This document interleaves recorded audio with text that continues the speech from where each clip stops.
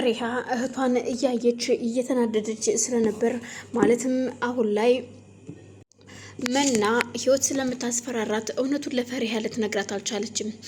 እናም ከምታየው አንጻር ተነስታ ህይወትን አፍና ለመግደል ትሞክራለች። በቃ ከዚህ በኋላ እኔ እህቴም እንድትሰቃይ ማንም ሰው እንዲሰቃይ አልፈልግም። በእኔ ይብቃ፣ እኔን ያሰቃየችው ይበቃል። ስለዚህ ህይወት ከዚህ በኋላ እኔ ነኝ እምበቀልሽ በማለት ወደ መኝታ ቤቷ ሌሊት ሁሉም ሲተኙላት ስትሄድ ህይወት ስትነቃ ማለትም ፈሪሃ በትራስ ትሄድና ወደ መኝታ ቤቷ በሩን ስትከፍተው ህይወት ራሷን ስታተኝታለች። እያንኮራፈች ነበር ቁማ አየቻት። እናም እንዳየቻትም ያደረገችው በቃ አሁን ህይወት አለቀልሽ፣ የምፈራሽ መስሎሻል? የእውነት እህቴን ምን እያደረግሻት እንደሆነ አሁን ገና ነው የገባኝ። በሰዓቱ አልገባኝም ነበር። ስለዚህ ህይወት አሁን ህይወትሽን ተከፍያታለሽ፣ መናን እያሰቃየሻት ነው። ቤተሰቦቼ በምወዳቸው ቤተሰቦቼ ነው የመጣሽው በማለት የተኛችበት አጠገብ ትራስ አንስታ ታፍናታለች። ህይወትም ትንፋሽ ሲያጥራት መፈራገጥ ጀምራለች። እናም አቅሟን አሰባስባ ፈሪሃን ስትገፈትራት ፈሪሃም ስትሮንግ ትሆንና ፊት ለፊቷ ትቆማለች። ፊት ለፊቷ ከቆመች በኋላ ምንድን ነው አንቺ የተረገምሽ ገረድ ምን ልታደርጊ ነው ስትላት፣ ምን ለማድረግ እንደሆነማ አንቺው ጠንቅቀሽ ታውቂዋለሽ፣ ለምን እንደሆነ የማደርገው ነው እንዴ ግራ የገባሽ? ይኸው እኔ ነኝ ትላታለች። አልገባኝም ስትላት፣ በቃ ይኸው አሁን ይግባሽ ህይወት፣ ከዚህ በኋላ አልፈራሽም እኔ፣ ምክንያቱም የምታደርጊያቸውን እያንዳንዷ ነገር እያየሁኝ ነው። ከዚህ በኋላ ከመና አጠገብ ላይሽ አልፈልግም በማለት ስትናገራት፣ አልገባኝም ምን እያልሽ እንደሆነ ትላታለች። ገብቶሻል፣ ከዚህ በኋላ መድገም አይጠበቅብኝም። ህይወት በጣም ትናደድና ፈሪሃን ከዚህ በኋላ ከህይወቴ እንድትወጭልኝ ደግሞ ሰብስቤ ባስቀመጥኩ በክፍሌም ደግሞ መተኛና ማረፊያ የለኝም ወይ በማለት ስትናገራት፣ ይህንን ካልሽ በሰላም ማረፍና መተኛት ከፈለግሽ ለቤተሰቡ ሰላም መፍጠር አለብሽ ትላታለች።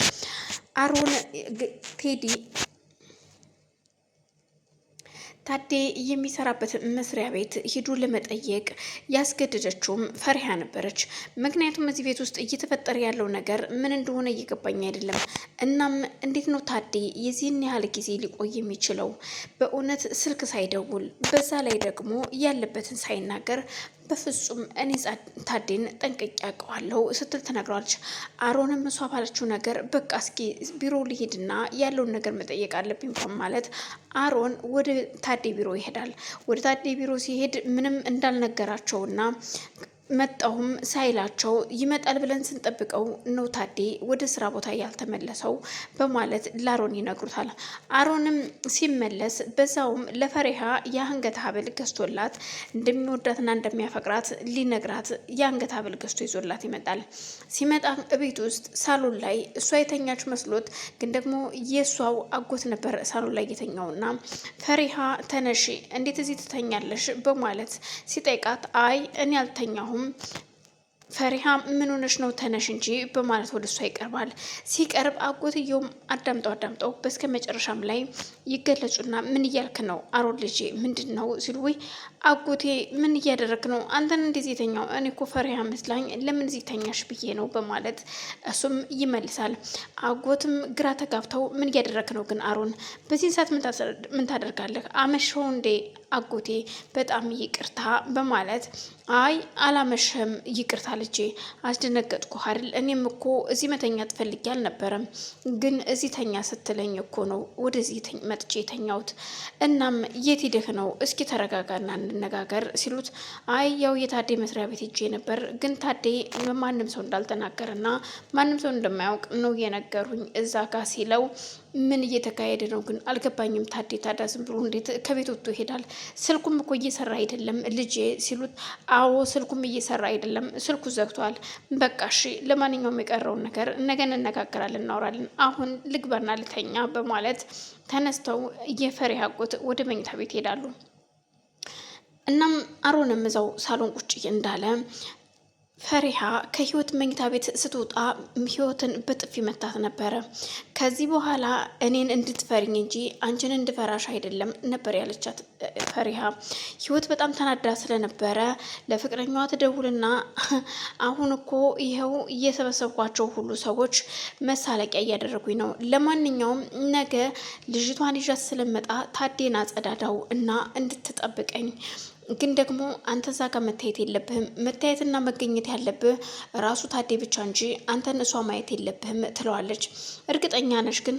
አዎን እርግጠኛ ነኝ፣ ምንም ችግር የለውም በማለት ሲላት እሺ በቃ እንደዛ ከሆነ እጠብቃለሁ በማለት እሱም ህይወት ስልኳን ትዘጋለች። እናም ፈሪሃን ከህይወት መኝታ ቤት ወጣ ስትሄድ በሳሎን ሮጥ ሮጥ እያለች ስታልፍ እንዴ ፈሪሃ ምን ሆነሽ ነው? ፈሪሃ ከየት ነው በማለት አሮን ይጠራታል። ወይ አሮን እዚህ አለህ እንዴ? ወደ መኝታ ቤት እየሄድኩኝ ነው፣ ልተኛ ነው። የት ነው? ህይወት መኝታ ቤት ነበርሽ እንዴ ሲላት፣ አይ የህይወት መኝታ ቤት ምን እሰራለሁ በዚህን ሰዓት? ታዲያ ምን ሆነሽ ነው? አይ ምንም አልሆንኩኝም።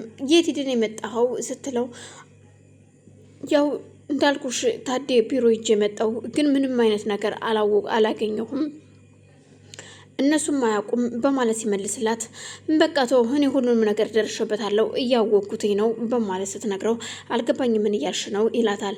በቃ ያልኩህ ነገር ይኸው ነው በማለት እሷም ትነግረውና በቃ አሁን መተኛት አለብኝ አሮን፣ በቃ ደህና ደር፣ ነገ የቀረውን ነገር እናወራለን ስትል፣ ቆይ ግን ምን ሆነሻል? አይ ምንም እየሆነ የምነግርሽ ነገር እኮ አለ ሲላት፣ ምንድነው የምትነግረኝ? ንገረኝ አሮን፣ ይኸው እየጠበቅኩ ነው። አይ በቃ ነገ እንደውም ነገር እነግርሻለሁ በተረጋጋ መንፈስ ይላታል። እሺ ትልና እሷም እየሮጠች ወደ መኝታ ቤት ትገባና ስታያት መና ተኝታ ነበር። መና ተኝተሻል እንዴ በማለት ጥያቄ ስታቀርብላት መናም እንቅልፍ እንደወሰዳት መስላ ያዳመጠች ዝም ትላታለች። በዛም ከደቂቃዎች በኋላ መና ተነሳና ከመኝታ ቤት ወደ ሳሎን ልሜድ ስትል ወደ ነሽ መና በማለት